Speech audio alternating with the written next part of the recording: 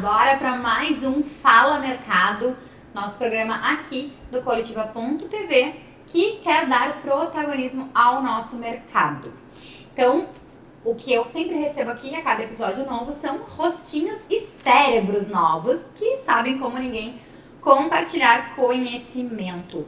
Eu sou Márcia Cristóforo e estou aqui para apresentar o tema do dia e para fazer umas interferências, né? Eu queria ficar aqui só como peça decorativa, mas eu não me aguento, né? Eu adoro se tem uma coisa que eu faço bem é me meter na conversa alheia, né?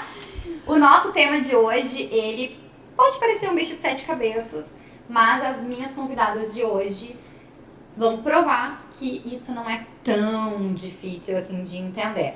Inclusive, eu fico muito orgulhosa de ter na minha mesa duas mulheres em áreas historicamente, predominantemente masculinas.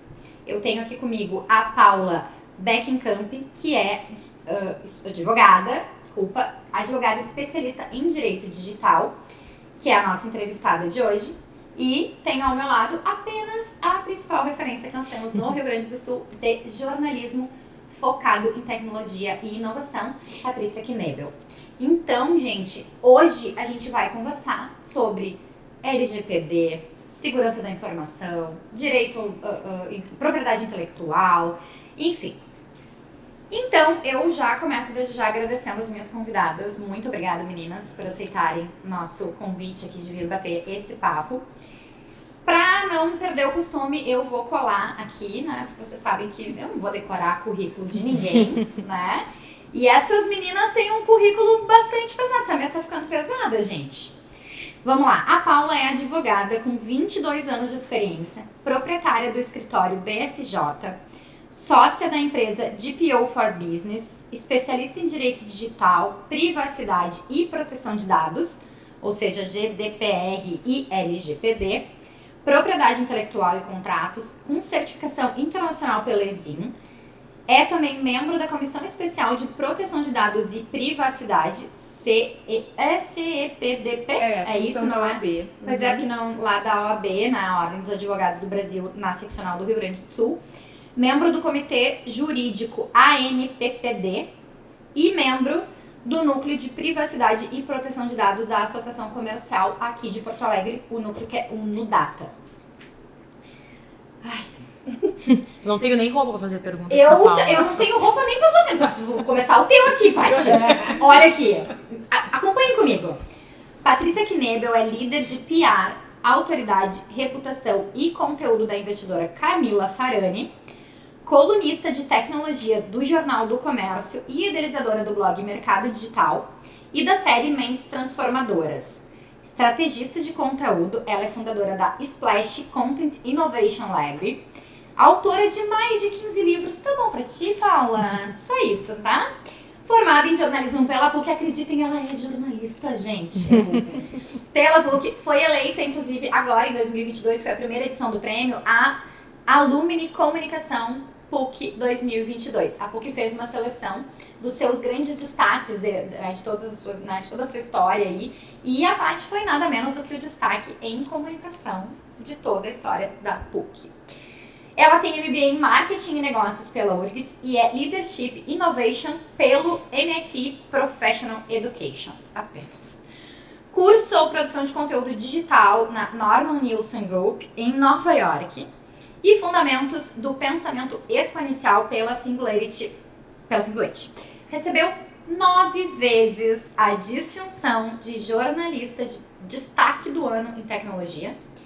E também foi agraciada com o Prêmio Ari de Jornalismo 2020. Para quem não sabe, ou para quem não é do Rio Grande do Sul e está nos assistindo, este prêmio é dado pela Associação Rio Grandense de Imprensa. Inclusive, é o prêmio mais antigo do Brasil, realizado ininterruptamente.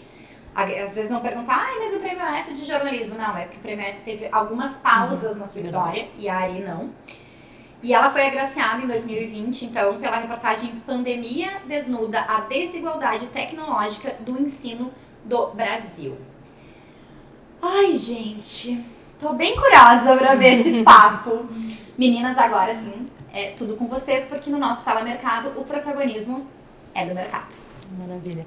Muito obrigada, Márcia. É um super prazer estar aqui com vocês.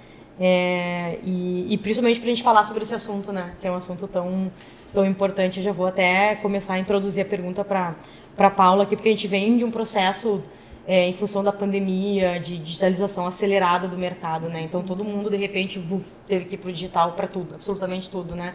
Para a gente se deslocar, para a gente conversar com as pessoas, para a gente trabalhar, para a gente estudar, fazer transações bancárias, comprar. Então mesmo quem não estava nesse mundo acabou migrando muito rapidamente. E aí eu imagino, a gente já vivia o desafio, né, dessa questão da privacidade dos dados, né, do tratamento adequado dos dados pelas empresas, enfim, e com esse mundo de pessoas, né, indo para esse mundo digital e as empresas recebendo, né, esses milhões de usuários ali, como, assim, o quanto isso aí aumentou, na tua visão, o desafio do tratamento de tantos dados aí por parte das empresas aí nos últimos anos? É um desafio gigante, né, Patrícia, porque com a pandemia se colocou um holofote gigantesco daí nessa questão da quantidade de dados e a velocidade que isso começou a ser trocado na internet, né? Muitas empresas viram que não precisam nem de lojas físicas mais hoje em dia, né? Exato. E aí agora a gente está prestes a ter o 5G aí para todo mundo, e isso vai acelerar absurdamente mais o que a gente já viu que acelerou, que a pandemia aí, a gente deu um salto de 10, 20 anos, né? Isso aí. Isso tem um lado excelente, um lado bom, também traz aí a grande diferença, né, da população, que umas não têm acesso a nada e outras têm, mas para trazer para o nosso lado do que a gente está falando aqui, a grande preocupação que a gente começa a ter, que não se tinha tanto antes, no Brasil a gente é super atrasado para cuidar da privacidade e proteção de dados, então a gente... O Brasil é atrasado. Em algum canto. Pois é. Ué, gente. A nossa legislação só foi publicada em Eu amo meu 2018. país, pessoal, por favor, Sim, tá? Não sim, me amamos. processem, não. Mas a peraí. gente é obrigado a falar também dos Admitir, fatos históricos, exato, né? exato. A nossa lei geral de proteção de dados, ela entrou só em 2018 em vigor, mas ela passou mesmo a valer em 2020, e a gente estava em pandemia, né? Então ela foi ignorada. Justamente no momento em que ela era importantíssima para que todo esse boom tecnológico tivesse acontecendo com os cuidados necessários. Não foram feitos os cuidados. Algumas empresas maiores, né, as multinacionais, já têm esse costume por causa do regulamento europeu, que é muito antigo, né? A primeira lei lá na Europa dessa área de proteção de dados e privacidade é da Alemanha, de 77. Então, realmente, a gente pode dizer que o Brasil começou, a gente flertava já uns 10 anos antes da lei ser publicada com essa matéria. A gente tem aí o Marco Civil da Internet, a lei de Carolina Dickmann, mas a de proteção de dados mesmo, a gente não tinha, de dados pessoais, de pessoas físicas. E isso traz pra gente a grande importância, então, da gente cuidar. E por quê? A gente vai pensar, mas por que cuidar, né, desses dados? Porque os dados das pessoas são as suas informações mais valiosas. E para o mercado, isso vale ouro. Né? Porque com os dados a gente rastreia o comportamento de consumo de uma pessoa e a gente consegue vender para ela exatamente o que eu quero. E por aí vai. Aí a gente pode falar de dados de crianças e adolescentes indevidamente expostos, né? Os nossos que a gente não quer que esteja rolando por aí, para a gente não ser abordado por coisas que não quer. Né? Então, assim, no momento que a lei diz que eu sou titular dos meus dados, eu posso entregar eles publicamente ou não. Né? Então, o direito passa a ser meu. E com ela, a gente tem vários direitos e deveres. E o mercado tem que se adequar, porque a aplicação dessa legislação brasileira, que é fundamentada na legislação mundial sobre o assunto, a gente sofreu uma pressão mundial muito grande para que essa lei passasse a existir aqui dentro. Ela tem que ser observada de forma obrigatória pelas empresas, né? Então, esse boom todo da tecnologia e do digital, ele traz uma urgência gigante para a gente observar.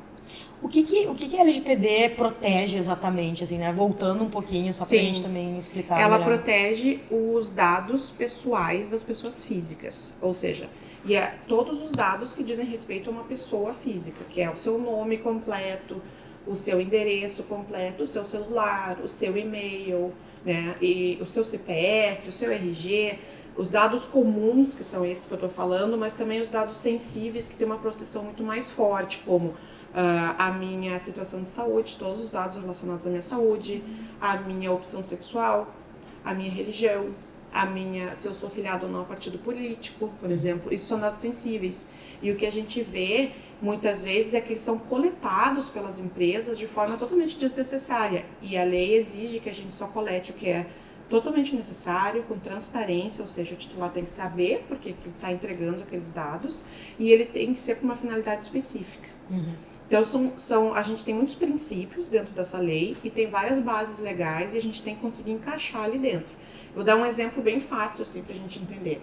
Um servidor, um trabalhador, ele é titular dos seus dados pessoais. A empresa, quando contrata, pede inúmeros dados para ele. Geralmente pede em excesso. Sim. E fora da finalidade. Porque a gente vê ficha aí de registro de contrato de trabalho que tem altura, sem precisar fazer uniforme, pedem altura, peso, cor de pele, cor do olho, né? Nada disso é necessário. Né? E aí tu tá violando os direitos daquela pessoa física. Às vezes eu acho que isso é tão distante da nossa realidade, né? Eu penso, não, gente, capaz que isso acontece. Talvez uma agência de modelo. Acontece muito. Como advogada deve perceber acontece que isso muito, a gente entra no RH das empresas e vê muito. E isso, o que pode acontecer se vaza, né, um dado desses? Pode acontecer uma discriminação dentro da empresa, né? Um atestado médico que chegou no RH e todo mundo teve acesso, que falava que aquele funcionário tinha AIDS, que ainda é uma doença que as pessoas têm muito preconceito. Acaba com a vida daquela pessoa. Então, assim, com exemplos práticos, a gente consegue se enxergar em situações assim. E ver o quanto é importante a gente cuidar da privacidade e da proteção dos dados, né? Verdade. Estava lendo uma vez uma reportagem que falava sobre a questão do cruzamento de dados, né? Ou seja, a gente tem essa questão da coleta indevida, muitas vezes, de dados, do uso sem cuidado dos dados, e o pior é o cruzamento, né? Então, eu me lembro que era um caso que tinha, acho que era nos Estados Unidos, uma empresa de plano de saúde, né? Ela estava monitorando, né? Cruzando seus dados, por exemplo, com as redes supermercadistas. Então, se uma pessoa que foi lá no médico fez um exame e o médico apontou que ela estava com os índices dela de colesterol, de glicose muito altos, né? E essa pessoa foi lá no supermercado e comprou chocolate, sorvete, refrigerante. O plano de saúde, ele tinha acesso a isso. E aí ele dizia assim, olha, a gente te deu uma orientação que tu tinha que cuidar, então teu plano vai aumentar de valor, porque tu não tá tendo cuidado com a tua saúde. Então, e isso assim e esse é um exemplo, a gente tem muitos exemplos de uso, usos perigosos mesmo, né? Principalmente quando a gente pega inteligência artificial e cruza com Big Data ali, realmente. A gente sabe que o Brasil se inspirou muito na legislação europeia, né? Que já está já foi regulamentada há mais tempo, já está em uso há mais tempo, e mesmo assim, até poucos anos, as empresas não tinham aderido totalmente, enfim. Agora, a gente já vê que as empresas estão aderindo e estão sendo multadas em multas altíssimas. Né? Eu imagino que a coisa vai começar a acontecer realmente também aqui no Brasil, quando as empresas começarem a temer, se eu não fizer isso, eu vou ser multada, então eu vou começar a ter mais cuidado. Porque, infelizmente, o mercado em geral, mas especialmente o mercado brasileiro, ele quando sente no bolso é que ele age, né? O empresário, como a gente tem uma carga tributária alta, é difícil empreender no Brasil, a gente sabe disso. Qualquer lei de cunho obrigatório que eles têm que implementar para dentro de uma empresa e fazer o compliance ali, acaba que gera um custo. E eles enxergam isso muito mais como custo do que investimento, né? A LGPD, sem dúvida alguma, é um grande investimento para qualquer empresa, porque o que traz de benefício para essa empresa é incrível, assim, o que acontece. Mas aí a gente tem que entender o porquê que as empresas são obrigadas e tem que investir, então, né? E aí é a parte da educação, né? O que a gente tem que fazer? A gente tem que educar os empresários, ver a importância disso, porque é importante para ele como empresa. A gente não está falando só do consumidor que ele atende ou do empregado que está lá dentro, né? Mas a gente está falando de toda uma situação que envolve todas as pessoas, porque atrás daquele CNPJ tem um CPF ou vários, né? E a gente tem que levar isso em consideração. Quando tu deste o exemplo aí do laboratório, eu sempre me lembro do porquê que a gente dá o CPF nas farmácias, né? E tem muita gente que, mas eu não me importo, tudo bem se não te importa. Eu digo, já vendi minha alma pro Google. Exatamente. A nossa vida tá jogada no Google, né? Mas o que implica? Quando tu dá um CPF na farmácia, a gente tem um contrato implícito para dar para nota fiscal, ok, a gente quer, a gente precisa, é obrigatório. Agora, para tu ganhar desconto, por que eles fazem isso? Porque a gente não sabe, tem um contrato implícito ali que tu tá fazendo com aquela farmácia, em que tu tá autorizando eles a passar os teus dados todos de consumo para laboratórios, por exemplo. E eles conseguem traçar justamente isso que tu falou com o supermercado. Olha, então eles vão dizer, a Paula costuma comprar remédio para pressão, isso, aquilo, aquele outro, esse aqui é o comportamento de consumo dela, ó, para ela nós vamos vender mais tal coisa. O balconista, quando ele acessa o nosso cadastro ali pelo CPF, ele vai ter todas as indicações do que ele vai nos oferecer. Né? Vai tentar colocar medicações mais específicas. Eles sabem o que te oferecer. As gôndolas são colocadas para isso. Claro. Né? Quando o Google comprou o Waze, que é pra gente se locomover, é proposital também. O Waze não necessariamente te dá o trajeto mais curto, mais rápido, com menos engarrafamento. Ele vai também te colocar no trajeto para tu olhar um outdoor que tá mostrando uma coisa que tu quer comprar, porque eles já fizeram a leitura do teu consumo.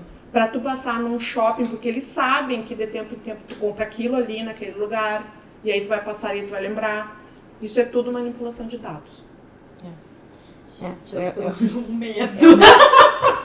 Não, é quando a gente começa a ir mais a fundo, assim, é realmente assustador. Não, a gente tá... Como é que é o Black Mirror aqui, né? A gente tá vivendo o Black Mirror. Mas é exatamente isso. Eu fico pensando também... A gente sabe que as grandes empresas, elas têm, né, uma estrutura, e muitas delas são multinacionais e já vêm com todo uma preparação lá dos outros países, de time, de pessoas dedicadas. Tem um backstage pra isso, né? Exatamente, elas têm, né, todo um suporte para cumprir a lei, inclusive de investimento. Qual é, na tua visão, assim, a postura que as pequenas empresas têm que tentar adotar para se protegerem também? Porque a gente sabe que quando começar, né, efetivamente as multas, enfim... Vai ser difícil, né? Eu até acho que eu não te respondi a outra pergunta quando tu me fizeste, né? Que quando a gente sentir que dói no bolso, né? Para o empresário brasileiro, sim, as multas vão começar a ser aplicadas e a fiscalização pela nossa autoridade nacional a partir do ano que vem. Janeiro, por ali. Essa é a nossa previsão do mercado, assim. E elas não são poucas. A multa por descumprir por fazer uma infração dentro da empresa pode chegar a 50 milhões de reais. Então, isso altíssimo. É muito alto. Para uma empresa média e pequena, pode fechar as portas daquela empresa, né? Então, não é uma coisa para se brincar. Provavelmente a gente não está vendo isso acontecer de fato, porque ainda não houve aplicação de multa e de todas as outras penalidades que a lei prevê, que são gravíssimas, né? E é pela dor, né? O empresário brasileiro acaba aprendendo pela dor. Sim.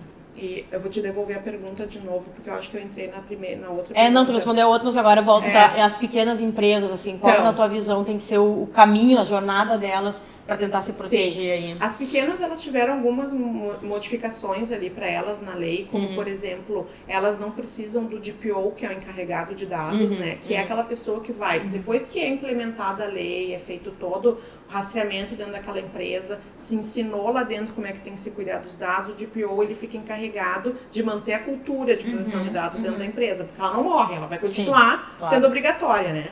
Então, não é implanta e vai embora. Não é, ela tem que continuar viva. E aí, então, para muito pequenininhas, o DPO ele não vai ser necessário. Então, tu pode, o dono ou um dos empregados, tu diz, cuida isso aqui, que o TI e o advogado vieram aqui da segurança de informação e tal, eles te falaram que tem que fazer, que tem que cuidar. Então, tu dá uma olhadinha, faz de vez em quando os relatórios, né? E busca um apoio ocasional, às vezes, né? De um DPO as a service, que a gente chama, né? Que é contratar um terceirizado para dar uma olhada na empresa. Mas, independentemente disso, né?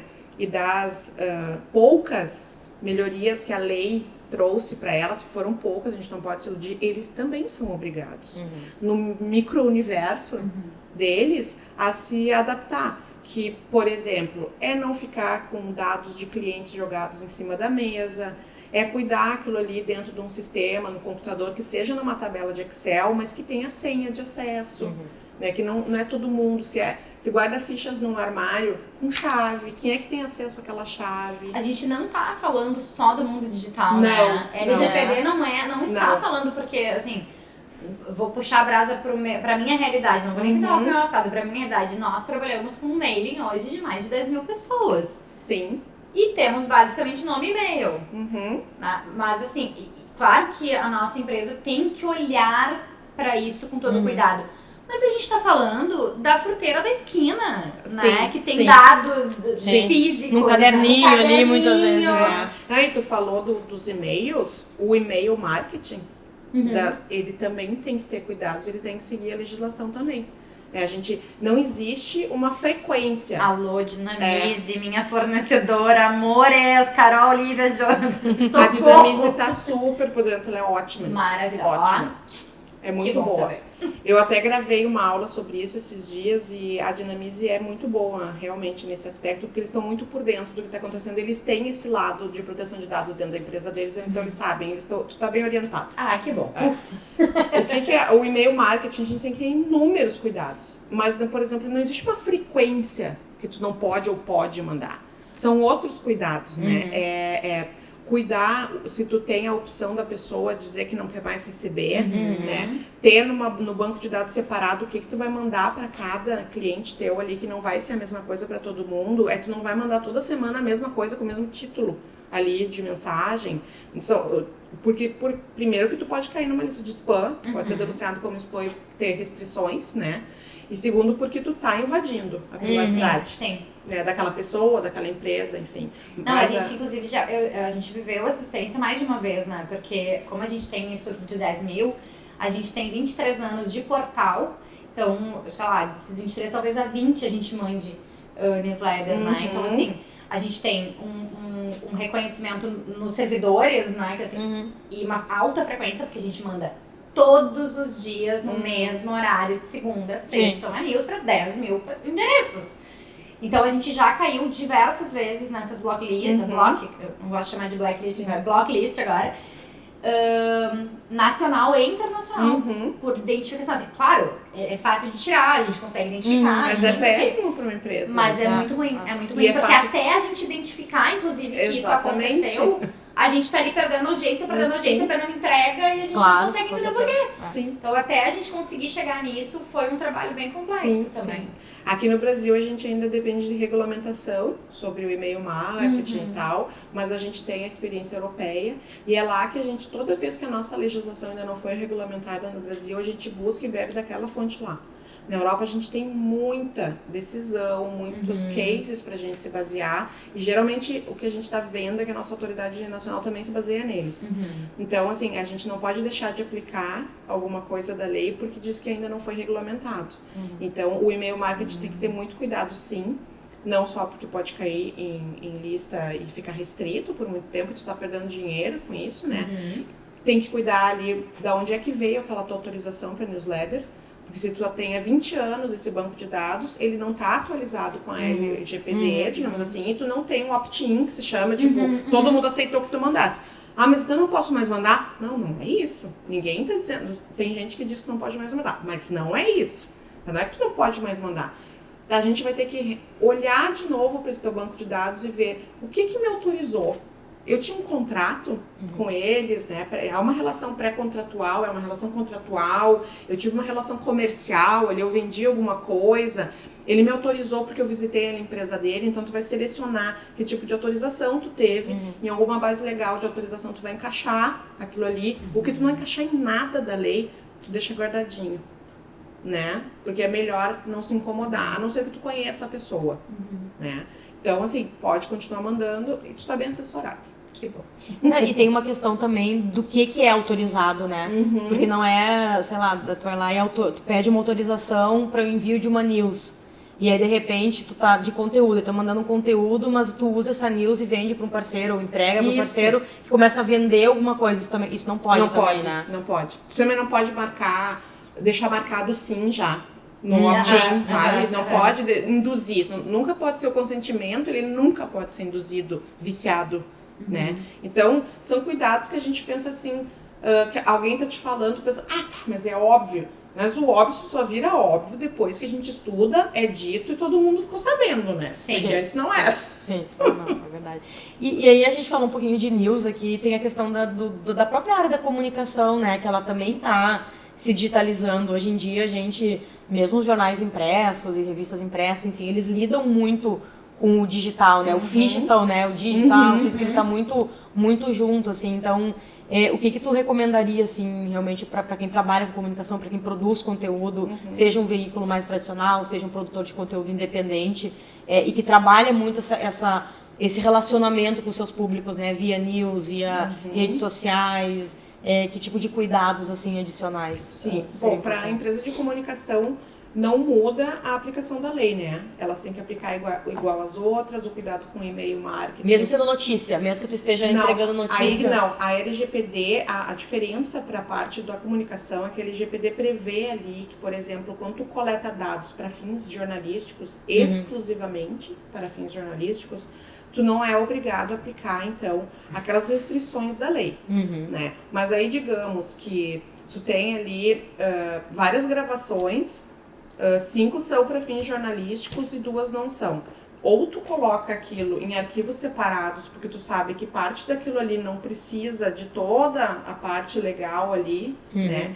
E separa do resto, que pode se encaixar em qualquer coisa comercial. E quando tu usar dados de uma pessoa com finalidade comercial direta ou indiretamente, teu aplicou a lei. Tá? Mas exclusivamente para fins jornalísticos, não precisa. Então é muito importante que as empresas de comunicação, elas tenham isso muito claro, catalogado e separem. Né? Porque não é só porque está dentro de uma empresa de comunicação que tudo é para fins jornalísticos. A gente sabe isso. Então a gente vai ter que ter um olho de um especialista, que o trabalho com a LGPD é multidisciplinar, ele nunca é só um advogado, nem só uma cara da segurança da informação, né? Então, vai ter um olhar ali multidisciplinar e vamos separar isso aqui, vamos olhar essas informações, isso aqui tu guarda com chave, se for um arquivo físico, isso aqui a gente vai botar mais senha, mais uma camada de proteção de segurança da informação, né? Para evitar aí, daqui a pouco, um ataque hacker, né? Aliás, temos visto isso com bastante frequência. A gente teve a Record, que ficou fora agora, isso local também, né? E agora há pouco o canal do YouTube da Band também foi hackeado, então assim... Os principais grupos, os principais hackers, eles já vêm avisando que isso vai aumentar exponencialmente, assim. Não tem mais saída, então, claro, a gente está sempre correndo atrás deles, né? Que nem o direito está sempre correndo atrás dos fatos para criar uma lei, a gente está sempre correndo atrás do hacker ali para tentar fazer uma coisa, barrar ele, mas ele vai lá e inventa outra coisa, né? Inclusive, eles tendem a estar sempre na frente. Eles estão sempre 100% focados em tentar achar as brechas ali, né? Não existe nenhum sistema 100% seguro, né? O tempo todo. Então, o que tu tem que estar fazendo? Tá o tempo inteiro monitorando, aplicando o pentest para ver se tu tá seguro para invasões e melhorando o teu sistema, colocando mais uma camada, descobrindo os ataques novos e tentando bloquear aquela entrada ali. No momento que a minha empresa está protegida, por exemplo, na área de segurança da informação, na área de contrato, e eu contrato com uma empresa que não está protegida, eu furei a minha, né? Sim. Eu fiz um rombo gigante na minha proteção ali de dados, né? Agora a gente começou só com umas interferências boas, mas agora a gente oficializou que a gente tem um momento da pergunta da produção. Tá bom. O pessoal aqui é muito ligado, o pessoal aqui, de novo, a gente tem muita gente atrás aqui, que vocês estão vendo. Então a nossa produção também aqui participa conosco. Paula, e aí eu vou tirar o lugar da parte, inclusive. Agora que vem a pergunta difícil, né? Existem fóruns no Telegram que, ao pesquisar pelo nome ou pelo número de celular de uma pessoa, os demais dados são expostos. Até mesmo salário é divulgado. Para ter acesso à pesquisa no fórum, o ingressante precisa convidar novos usuários a comprarem a comunidade, a comporem a comunidade. O pessoal tá bem informado sobre isso. Tô ficando com medo já da minha equipe, né? É tipo uma deep web, né? Há o que fazer para os dados pararem de circular? Quais as medidas são possíveis? Preferencialmente teria que parar, isso a gente sabe que é tipo hacker, isso aí é como uma deep web, né? Se criam toda hora mecanismos para estar se vendendo dados e se conseguir dados, por quê? Porque os dados são muito valiosos, por isso que tem que protegê-los. E uma forma de tentar ir abolindo esse tipo de coisa é denunciar. Tem várias formas de denunciar, tu tem ali os PROCONs, a nossa Autoridade Nacional de Proteção de Dados, no site do .gov mesmo, tá? Lá tem um canal específico de denúncia. Se a pessoa não conseguir fazer sozinha a denúncia, ela consegue com profissionais especialistas nisso a fazer uma denúncia e tem que ver nas regras do Telegram. Eu não uso quase o Telegram, Eu tá? também não. Mas tem, nos termos de uso do Telegram, certamente tem uma forma de denunciar esse tipo de coisa, porque é proibido, tá? Então, é ilegal. E que não é culpa do Telegram, né? Não é Provavelmente culpa uma brecha. Então, que a primeira medida, assim como quando acontece alguma coisa no Instagram, no Facebook, a primeira medida é fazer o contato com a própria plataforma. A primeira medida é entrar em contato com o Telegram. E aí, é ir lá nos termos de uso e ver qual é o passo a passo que eles dão, né? Perfeito. Agora eu vou fazer duas perguntas em uma, que a gente sabe, né, Paty? Não se deve fazer, mas tudo bem. Como disse um outro convidado, mas esse programa é teu, tu faz o que quiser. Pode ser só que eu esqueça, que nem eu Tá, disse pra te não tem devolver. problema. É que elas são semelhantes, tá? Inteligência artificial de reconhecimento facial nas câmeras de segurança pública. Essa realidade vai chegar no Brasil? Ou a gente já está sendo espionado? E quanto à possibilidade de identificar pessoas usando máscara, né? Que também virou uma realidade. Que já acontece na Europa. A gente pode dizer que essa tecnologia também vai chegar ao Brasil? Sim, com toda certeza. Sim, para as duas. Sim, para as duas. Ouviram, pessoal? Cuidado. A gente é vigiado o tempo todo, já tem uma tecnologia que tu pega uma foto de uma pessoa em um determinado lugar na Europa e pelas câmeras que tem na rua, tu consegue fazer todinho 360 dela e ver tudo o que está acontecendo através de uma fotinho que tu pegou na internet. Entendeu? Então, mas aqui isso já acontece? Não, aqui ainda não. Depende de uma tecnologia mais avançada. Mas assim, a gente tem que lembrar que está sendo gravado por uma câmera com fins de segurança pública é permitido. Entende? Então sempre a gente tem que cuidar assim, por que está sendo feita aquela gravação, captada aquela imagem daquela pessoa. Vai ser captado e guardado? Guardado aonde? Para que fins? Não, é só para fins de segurança pública, pode, tá? Ou num lugar privado, numa empresa privada, é para fins de segurança, se tiver tudo certinho que é para fins de segurança, pode, entende? Eu acho bem importante que a gente deixe claro isso, né, Paty, que o nosso papel aqui é tentar deixar a coisa mais acessível, né, menos bicho de sete cabeças, né, mas é que eu acho importante, pelo que eu estou entendendo, a LGPD e toda a questão de segurança da informação e proteção de dados em geral, ela não tá para privar as empresas e pessoas e produtores de conteúdo de usar os dados. Não. Mas sim de regulamentar e dizer, ok, quer usar para quê? Isso. Como? Né? Para que fim e como armazenar? Enfim, é basicamente... É isso, tipo, né? organizar a bagunça toda que se criou com o mundo Botar muito a digitalizado. É isso aí. E o entendimento de que o nosso dado, né, ele é muito valioso. A empresa Eu que acho for que a pessoa não usá-lo... tinha muita essa noção, Não, né, Paty? e a Acho que- empresa tem que ter responsabilidade sobre isso, ela tem que Sim, entender isso. que ela tem essa responsabilidade. A gente citou aqui alguns casos do quão perigoso é esse vazamento de dados ou cruzamento de dados, né? O que está em jogo, né? A questão do preconceito, a questão, né? E até da invasão de privacidade mesmo, Sim, da intimidade das pessoas. completamente. Como citou a lei Carolina Dickmann. Completamente.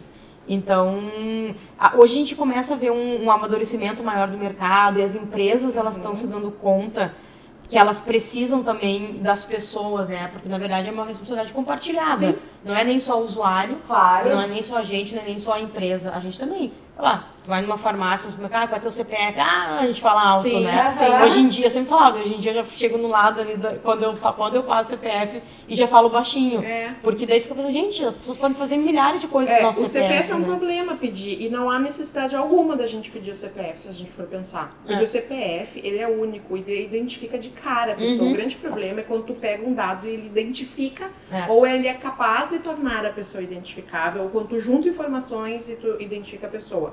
Por exemplo, eu tenho empresas que eu vou, por exemplo, eu não sei, eu acho que é um hospital que eu fui esses tempos, eles me pedem sempre a data de nascimento. Eu achei bárbaro. Sim. Porque data de nascimento, milhares de pessoas nasceram no mesmo dia que eu, né? E para saber que sou eu, eles têm que cruzar com os dados que eles têm no computador, ali no meu cadastro, que eles não estão falando para ninguém ali. Eles estão olhando, é uma pessoa que tem senha, autorização para estar mexendo ali. Ela poderia pedir o meu CPF, como a maioria pede, poderia, eu teria que Seria dar para mais conseguir fácil, entrar, claro. né? Mas ela pede a minha data de nascimento, ela já sabe quem eu sou. Né? Então, assim, e a minha data de nascimento não diz necessariamente que sou eu sem o meu nome completo, o meu CPF, cruzado né? com Minha o outro. mãe, meu pai, entendeu? Então, são cuidados, muitas vezes, muito pequenininhos. como uma política de mesa limpa, por exemplo, né? E as empresas têm que fazer isso, por causa, como a Patrícia falou, assim, é responsabilidade. Se tu usa dado, e toda empresa precisa de dado das pessoas para fins comerciais, né? A gente vende para pessoas, a gente trabalha com pessoas, é tudo sobre pessoas, sempre. Então, a responsabilidade é das empresas, e por isso que a aplicação da lei é obrigatória para elas. Né? A gente, falando assim dessas novas tecnologias, né? Porque eu sempre ouvi falar, assim, eu me lembro que quando, por exemplo, o Uber entrou, né, aqui no Brasil, enfim, foi aquela polêmica toda. E aí eu me lembro que a gente tinha de um lado o pessoal da área mais direita, e não, a gente tem que ter uma legislação, e poder público, tem que ter uma legislação, e aí os inovadores, não, mas não tem como esperar a legislação acontecer e parar tudo, né? Estamos no Brasil, pessoal. Tipo, a gente tem que deixar a inovação acontecer e aí ir regulando. Qual é a tua visão sobre isso? A minha visão é de que tem que ir regulando depois, porque senão tu breca o mercado, né? Tu não consegue que ninguém empreenda, que ninguém inove, né? Porque inovar também é saber gerar dinheiro de uma forma diferente. Inovar é isso, é pegar uma coisa que já está sendo feita, que era o táxi, e transformar no Uber. É bárbara a ideia do Uber. Aí tu vai proibir porque ainda não tinha uma legislação prévia. Não, mas a lei sempre vem depois dos fatos. Sim, né? É raro tu ter uma lei prevendo uma coisa que tu nem sabe que pode vir a acontecer. O Uber a gente não imaginava. Na verdade, as leis só servem pra isso, né? Isso. Pra arrumar algo que foi estragado. Elas vão regulamentar aquela nova situação que apareceu. Caso contrário, a gente viveria na anarquia ainda e tá tudo certo, né? E se a gente proibir uma novidade, uma inovação de chegar no país... A gente volta pra Era das Cavernas, tá tudo certo. Eu não sou a favor de para tudo, para daí a gente fazer uma lei, que é um processo demoradíssimo no Brasil, né? E que a gente depende daquele monte de parlamentar e de vontade, né? Pra daí a gente melhorar a vida da população, porque o Uber melhorou a vida das pessoas. Tanto para quem usa o transporte, quanto para quem estava sem emprego conseguiu trabalhar. Né? A lei tem que vir depois, daí, nesse caso. E quando a gente tá falando muito da questão dos dados nesse mundo, né? No mundo físico e no mundo digital. E aí, quando a gente vai para uma realidade como que a gente está pensando ali, por exemplo, do metaverso, né? Onde a gente vê Paula fala bastante sobre isso, a gente vê, na verdade, o mundo que a gente habita extrapolando, né? Tipo, a gente começa a viver uma outra realidade. Dá medo, né? Dá medo. Eu já disse que a gente tá vivendo Black Mirror. Eu tô com medo dessas coisas. Uma sensação de que tu tá extremamente extremamente exposto, né? Porque desde a hora que a gente vai se cadastrar numa plataforma de metaverso, a gente está inserindo os nossos dados ali. E eles vão proteger os nossos dados. E aí tem inúmeras situações. Por exemplo, tem empresas que começaram a fazer reuniões de trabalho no metaverso. Aí eu pergunto, para quem já me contou isso, tu alterou o contrato de trabalho do teu empregado? Como é que vai ser isso? Ele vai fazer a reunião durante o horário de trabalho, na casa dele, depois do horário de trabalho, tu vai pagar hora extra? Tu tá dando o computador para ele trabalhar em casa? Ele tem internet? Tu entende que daí incidem todas as leis trabalhistas daí. E se o empresário é esperto, ele vai alterar o contrato de trabalho daquele empregado. Não tem nenhum problema fazer uma reunião pelo metaverso. É muito legal, inclusive. Não vivi ainda essa experiência. É muito bacana. Eu imagino. Só que a gente tem que ter as precauções, porque as leis estão aí, elas existem. Para isso a gente... e agora o metaverso, as leis que já existem vão ser aplicadas também com relação ao metaverso. Ambiente. Então a lei de proteção de dados tem que ser aplicada quando a gente se cadastra numa plataforma XY lá para usar o ambiente metaverso. Assim, para quando eu faço lá o meu avatar, tem uns que tu pode fazer o avatar tal qual tu é, porque tu te escaneia, tem outros que tu tem que fazer os bonequinhos do jeito que eles dão lá. E aí entra a questões que já aconteceu de preconceito também, né? Uau. E se eu me identifico com sexo masculino e eu faço meu bonequinho masculino lá e eu começo a sofrer preconceito numa reunião de trabalho, entende? Então, assim, a lei vai incidir. A LGPD prevê esse tipo de coisa, que a gente não pode sofrer discriminação por causa dessa parte digital, né? Então, ele não é um mundo sem lei. A internet não é um mundo sem lei. A gente tem que saber usar. Exato. Eu acho que foi... bom, né? Óbvio, eu te sigo, né? A gente se segue nas redes. E eu acho que foi tu que compartilhou. Inclusive, eu achei muito interessante que houve... Eu acho que faz uns 3 meses, talvez. Eu lembro que foi na época da campanha ali. Acho que uns 3 meses atrás. A primeira busca e apreensão no ambiente do metaverso, né? Sim, a Polícia Federal. Foi muito bacana. Foi a primeira apreensão dentro do metaverso feito pela Polícia Federal, porque criminosos já estão, obviamente, né? O grande medo ainda é que o metaverso vire isso, né? Vire uma deep web, né? Por quê? Porque a gente pode entrar nele também por VPN, que é uma rede privada. Então, essa discussão, ela está acontecendo, né? Os especialistas nisso estão travando esse tipo de debate. Vai ter que se ter cuidado, obviamente, mas é isso aí, assim, e tem que se falar. Porque se não se falar, aí sim, é um grande perigo. É grande perigo para adolescente, para criança, para uma pessoa desavisada que não sabe o que está fazendo ali, por uma empresa que está botando todo mundo lá para dentro e não está cuidando, né? Esses dias eu tava vendo uma série, mas um episódio de uma série, ela tinha sido inspirada num caso, né? Claro que eles adaptaram e tornaram mais... Mas eu me lembro que era um caso de assédio sexual no metaverso, de um avatar. E aí a reclamante era uma mulher, e aí no julgamento dela, assim, né, diante do juiz, enfim, os advogados, enfim, eles estavam todos dizendo assim, mas olha a roupa que ela escolheu para entrar, olha a roupa do avatar. É uma roupa curtinha, não sei o quê. E aí o juiz, ele estava muito tendendo a não aceitar a denúncia. E aí os advogados, eles colocaram um óculos de realidade virtual nele, e aquelas... as mãos ápticas, né? Acho que aquelas tecnologias ápticas chamam, que tu sente, né? Isso. E aí eles colocaram ele na mesma situação dela, sendo assediada por homens. E aí ele se sentia. E aí, claro que ele acabou dando ganho de causa pra ela, né? Baita jogada, hein? Exatamente. Eles tentaram mostrar justamente esse um caso bem polêmico, que é baseado em fatos reais. Que causa muita discussão sobre isso, porque, ora, não existe estupro virtual porque precisa de conjunção carnal.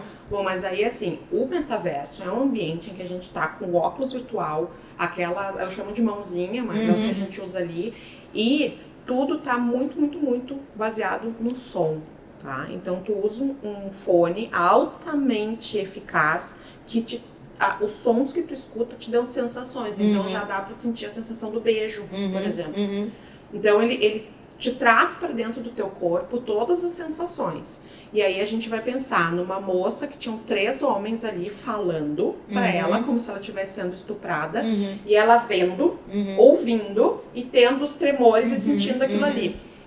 Ela não foi estuprada carnalmente, digamos assim, mas o abalo psicológico que foi causado ali é o mesmo, né? Digamos, vamos falar grosseiramente, foi um estupro mental, psicológico. Ela sofreu muitos danos psicológicos com aquilo ali. E aí é o cuidado todo que a gente tem que ter, né? Até que, porque o metaverso vai se basear muito nisso, no som, sabe? E nos impulsos, nos tremores ali do som. E aí a gente tem que ter muito cuidado com isso. E crimes vão surgir novos crimes digitais com isso, né? Porque então não é um estupro porque não tem a conjunção carnal, mas é alguma outra coisa muito parecida, né? Tu encaixa no Código Penal. A punição vai haver. A tecnologia ela não tá criando novos crimes. Tudo isso ali são coisas que a gente já... Mas ela exponencializa, né? Sim. Na medida que tu joga isso pra internet, tu joga isso pro porque ambiente parece que tá digital. escondido. É um assédio sexual absurdo. Ali, né? Meninas... Já? Que aula foi essa? Já eu odeio essa parte. Eu juro que eu odeio essa parte. Se pudesse, eu ficava aqui mais umas 2 horas conversando, mas não dá. Põe vinho Pra aqui, que variar. da próxima vez a gente faz. Eu já tinha pensado, na última gravação anterior eu falei de cerveja, agora podemos migrar pro vinho também, né? Aí nós vamos fazer que nem o Flow, né? Aí gravar vai, 4 horas aí aqui. vai. Gente, muito obrigada. Eu me sinto super analógica ainda, saio daqui um pouco menos analógica. Foi ótimo. Muito obrigada de verdade por vocês dividirem tanto conhecimento com a gente. Eu que agradeço também. E pra vocês que nos assistem, espero que vocês tenham gostado tanto quanto eu gostei. Pra gente finalizar, aquele clássico, curte, compartilha, comenta, joga pra galera e nos conta também que temas vocês querem ver aqui e quem vocês querem ver aqui do meu lado, porque aqui no nosso Fala Mercado o protagonismo é do mercado. Obrigada, até a próxima. Tchau, tchau.